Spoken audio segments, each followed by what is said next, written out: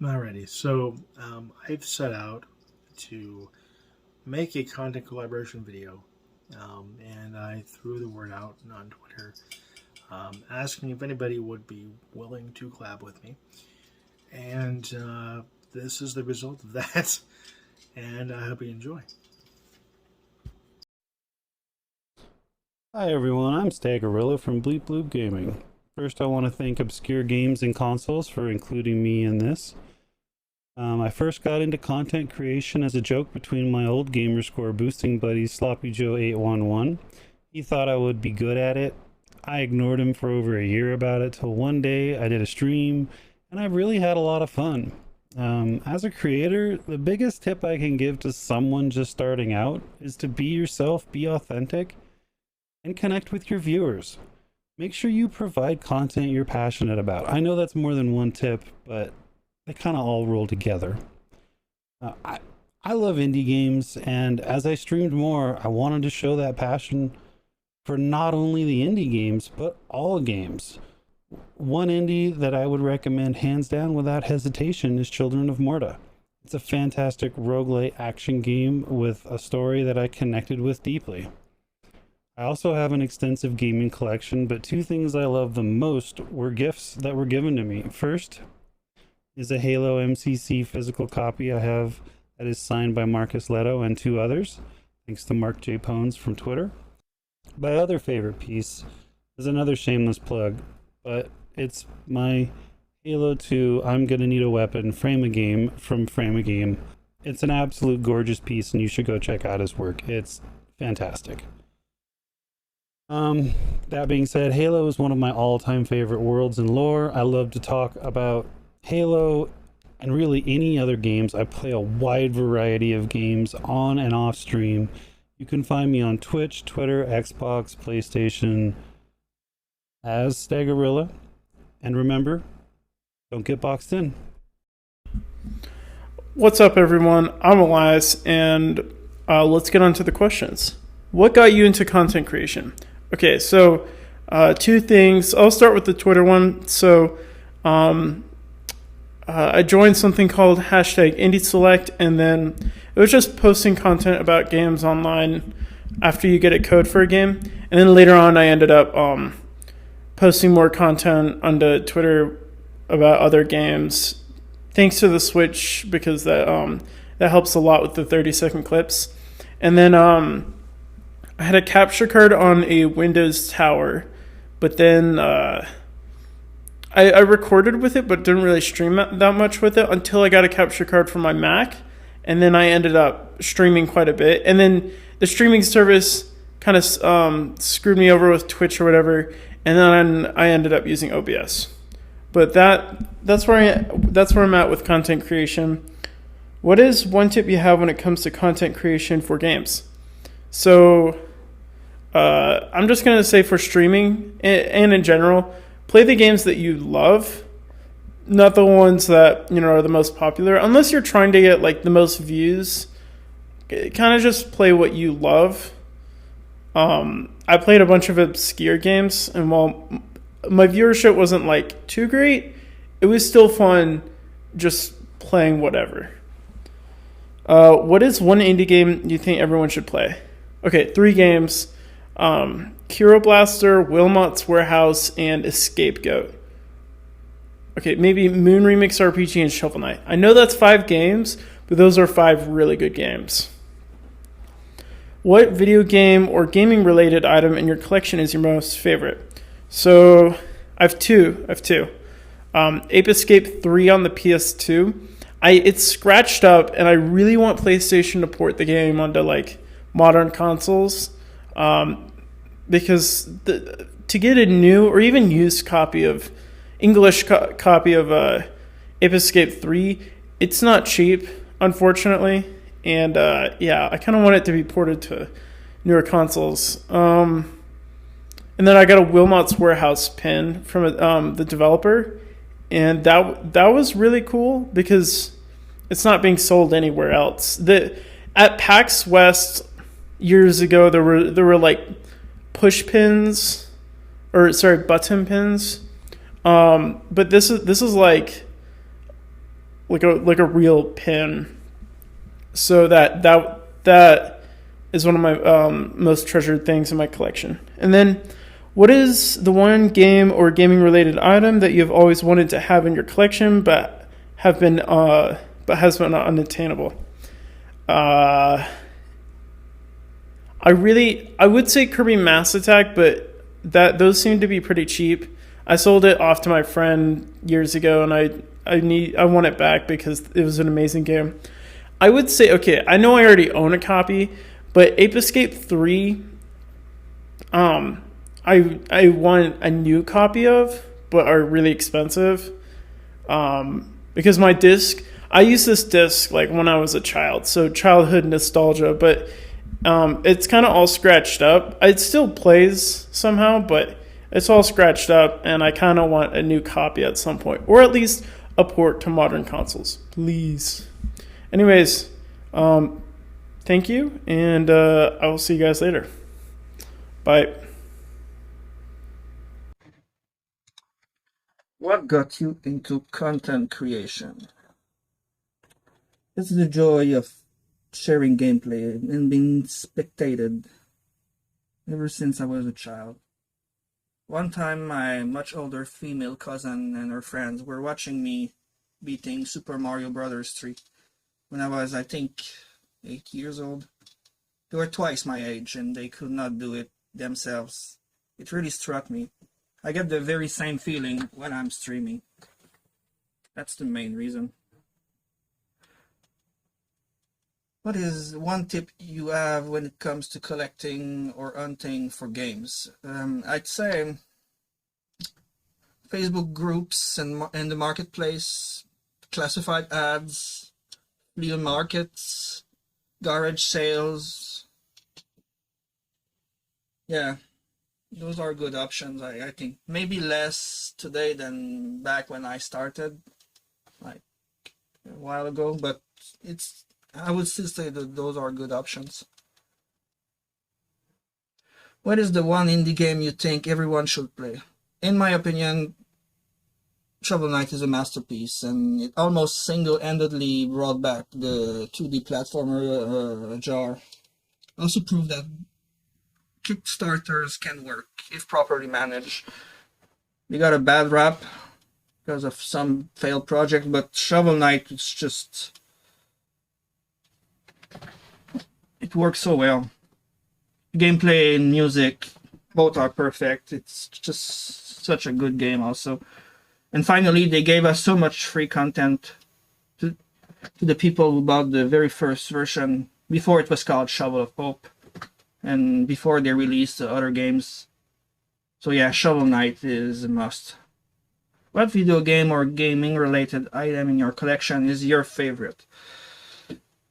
This one is very sentimental. It's a childhood copy of Mega Man 3 that someone gave me, an older cousin, not the same one. It's still in good shape. Sorry, finger marks.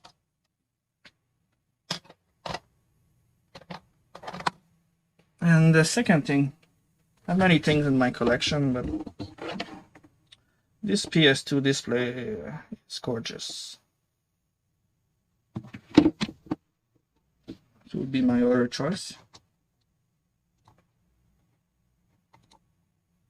What is one game or gaming related item that you have always wanted to have in your collection but has been unattainable? Little Samson, of course, but I think it's a cliche at this point. For less obvious picks, I would say Mega Man X3. I need to find a good-looking copy that won't cost me $400. Breath of Fire 2, and some good Sega Saturn games at reasonable prices, which probably won't happen, but can keep dreaming. Thank you very much for having me in this video. Au revoir. Hi there, my name's Retro5 and I'm answering some questions from Obscure Games. And Obscure Games asked, first of all, what got you into content creation? I'm not actually a content creator. Well, maybe I am.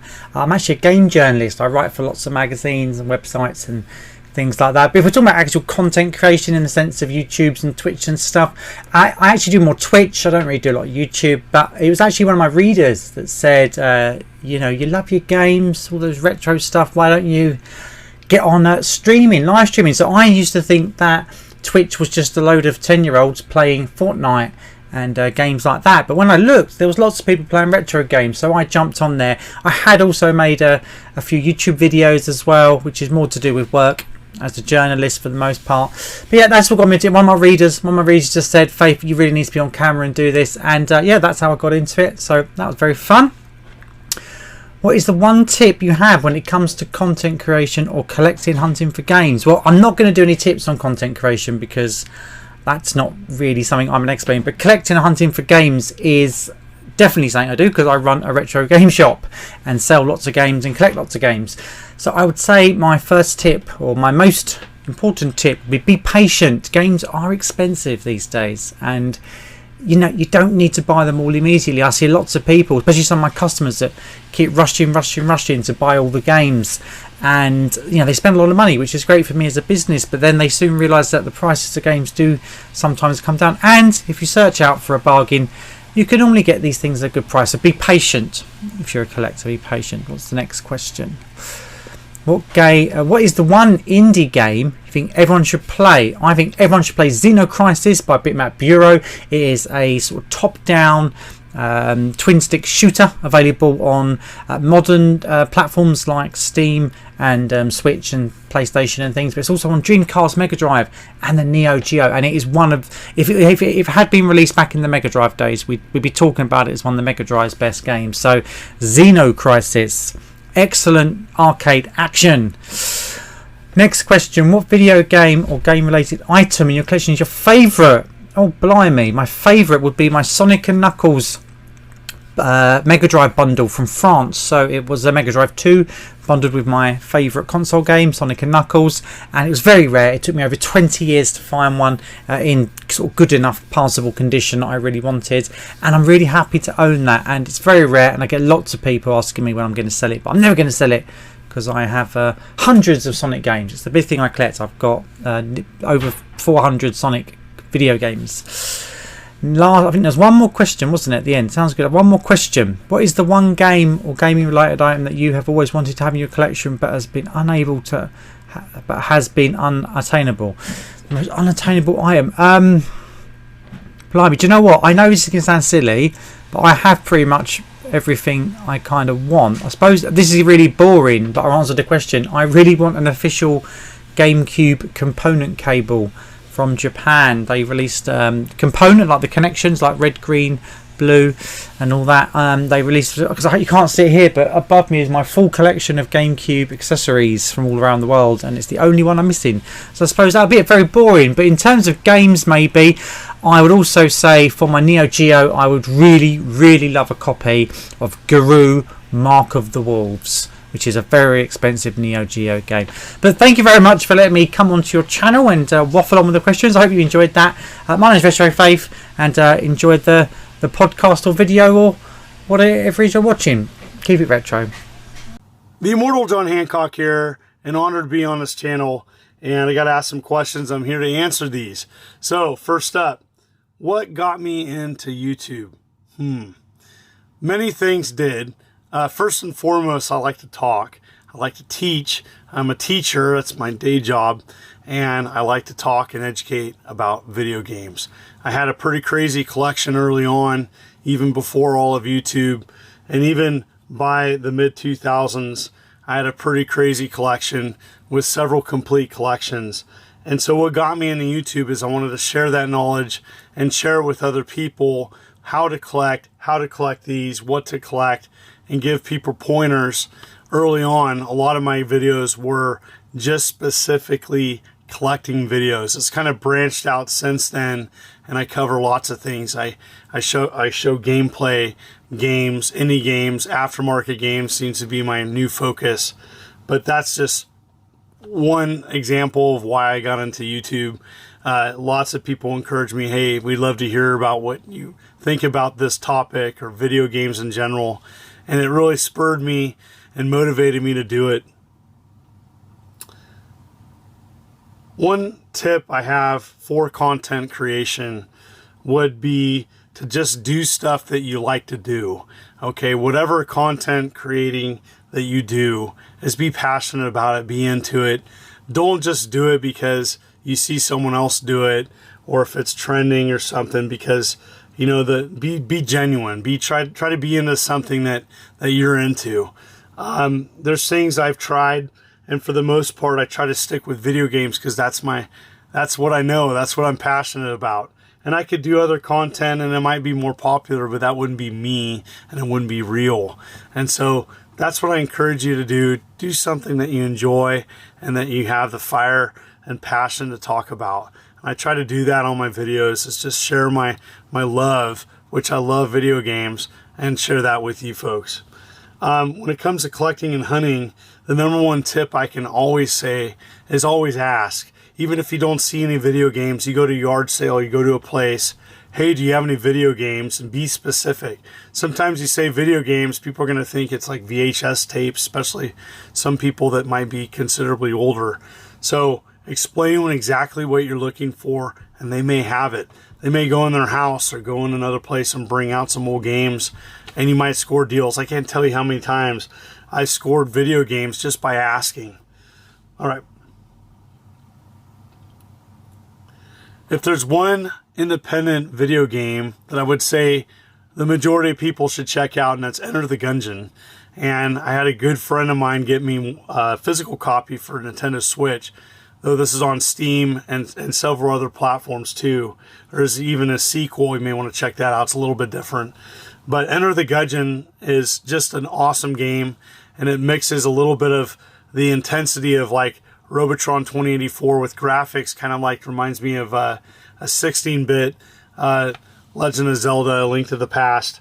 It definitely has that really cool kind of 16-bit sprite-based graphics, but it's got intense gameplay. It's awesome. There's a lot to it, and there's a lot to discover. It's a fairly challenging game, but I do recommend it for an indie title. If there's one item or game that I can honestly say is near and dear to my heart, and one I'm looking over my collection here, it really kind of sparked everything. It's Robotron 2084 for the Atari 7800. This is not the rarest game. This is not the most obscure game in my collection, but this is the game that really sucked me into collecting video games. I started collecting for the Atari 7800. I got a box Atari 7800 and 50 box games for $2,600 and $78 at a San Jose flea mart. I asked a friend to pick up something interesting. He came back with that, and now that sparked really what I have today. And I got the collecting bug, and from there on, I was collecting retro video games and really have enjoyed it over the many, many years I've been doing it. If there's one game that really I missed, it's not really a game. The one item I never was able to secure in my collection, or at the time I might have been able to buy it, but it's so expensive now, and that's the keyboard component add-on for the Intellivision. And it's super rare, and there's not many out there. It was only in test market phase. Really difficult to locate and track one of these down now. I do have the basic cartridge that actually came with it. Those are incredibly rare, but I don't have the actual hardware. It's something I've always wanted in the collection that I'm curating, but I don't expect to ever find it. It's super expensive now and probably out of my price point, but it's something I've always wanted, and I'd love to track one down someday.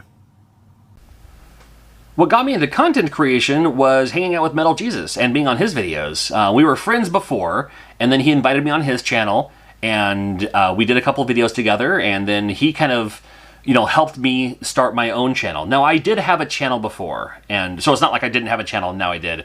Yes, I posted videos on YouTube before, and I've been posting videos on YouTube since, was it 2006, I think? 2006, 2007? I would post videos on YouTube, but without any rhyme or reason. I would just post them for the sake of posting them.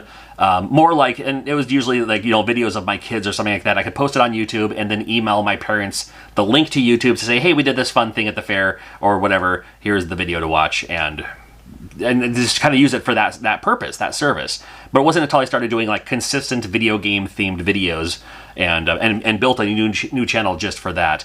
It wasn't until after I met Metal Jesus, and then he kind of helped me out a little bit along the way. The biggest tip I have for content creation was the same biggest tip I got for content creation, which was just be consistent. Know your audience and be consistent. And, even if it's like one video a week, which is great. I mean, there's guys like Mark Rober who do one video a month, and he's doing just fine.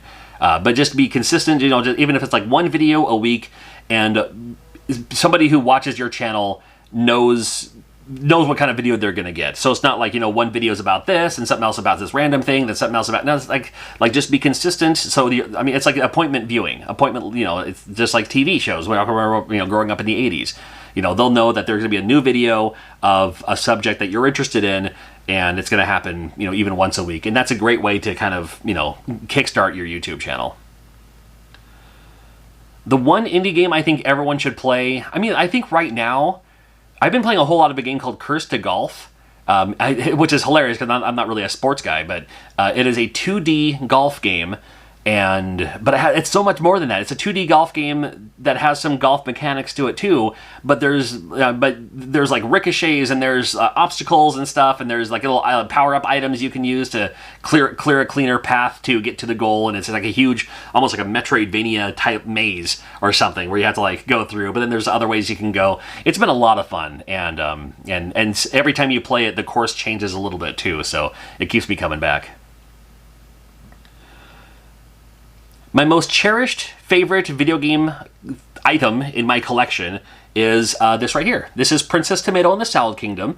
It's for the NES, and I do have games that are worth more money and stuff like that too, but this game, the summarized version, is when I was hunting for NES games in the late 90s, early 2000s. This was the one game I could never find. I was looking for it. I've rented it before in the past. I could just never find it. And my girlfriend knew that at the time, so she went to eBay and bought it for me. And I didn't want to go to eBay; I just wanted to find it in the wild. But so it still counts because I didn't go to eBay; she did. So she found it on eBay for me and got it for me for Christmas. And we've been married for 21 years. And this game may have had something to do with it. If I could have any one video game item, it would have to be the prototype for Ultimate Journey. Now, Ultimate Journey was a game by Bandai.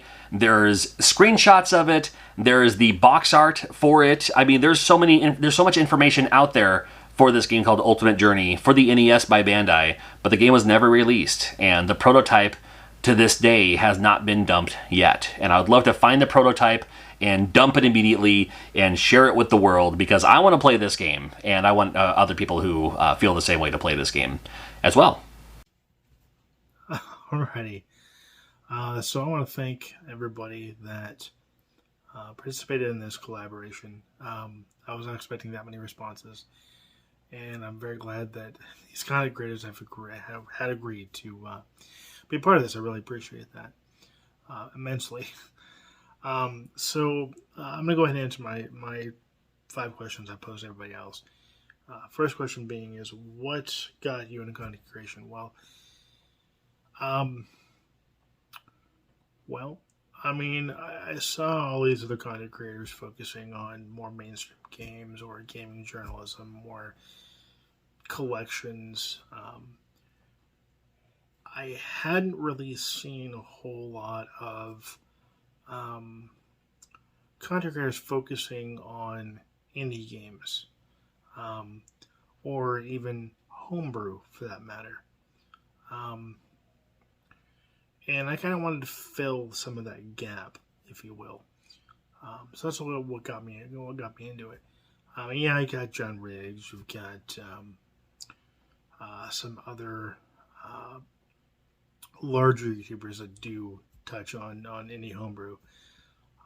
But I wanted to kind of focus solely on the indie scene, and more specifically on indie indie games that are in the form of homebrews, like the NES game collection I have. They're pretty much primarily indie homebrew games for that system. So that's what got me into it. What's the one tip you have when it comes to content creation or collecting, hunting for games? Don't pay sticker price. If you find a game and if you're at a convention or if you're at a yard sale, don't hesitate to try to shoot them an offer. Also, take space into consideration. That is one thing I would like to highlight is if you don't have enough space, you don't need to necessarily have that item. When it comes to content creation, if you want to do it, do it. There's nothing stopping you from, especially this day and age, picking up a phone, making a video, throwing it up on YouTube, throwing it up on TikTok. Find your avenue. If it's fishing, hunting, collecting rocks, who knows? Whatever it is, if you want to let people know about what you're passionate about, throw it up on social media. Create that content and see where it takes you. All right, so question number 3 is, what's the one indie game you think everyone should play? I would hands down say Rolly on NES. Yes, it is a NES homebrew, but at its core is an indie game, and it's an amazing indie game. It's a great platformer. You can play 2 players. It's a lot of fun, and one I definitely think everyone should play, and everyone could very well get into pretty easily. Number 4, what video game or gaming-related item in your collection is your favorite? Well, honestly, I would have to say Alphonse's Arctic Adventure. The reason for that is because it is the first NES homebrew game or indie game that I ever had the opportunity to cover on this channel. And that kind of really dove me down a rabbit hole, so to speak. Because I don't know, indie games on the NES are just so cool, and there's just something about them. They're just awesome. So definitely would say Alphonse's Arctic Adventure for sure. Number 5, what is the one game or game-related item that you have always wanted to have in your collection, but has been unattainable? I would definitely have to say it's a tie, honestly, between the Nokia N-Gage and the other one I would have to say would be, I'd say TurboGrafx 16. The reason for that is because, well, an N-Gage it's hard to find one that's in working condition that's a good price. You're not having to pay an arm and leg for with regards to shipping. With TurboGrafx, that's a very highly sought after console that is just at that price point where I really can't quite swing it. It's just too high for me at this point. But definitely one I would hope to have at some point. But that'll conclude my questions in this collaboration. Again, I want to thank John Riggs, John Hancock, Retro Faith, and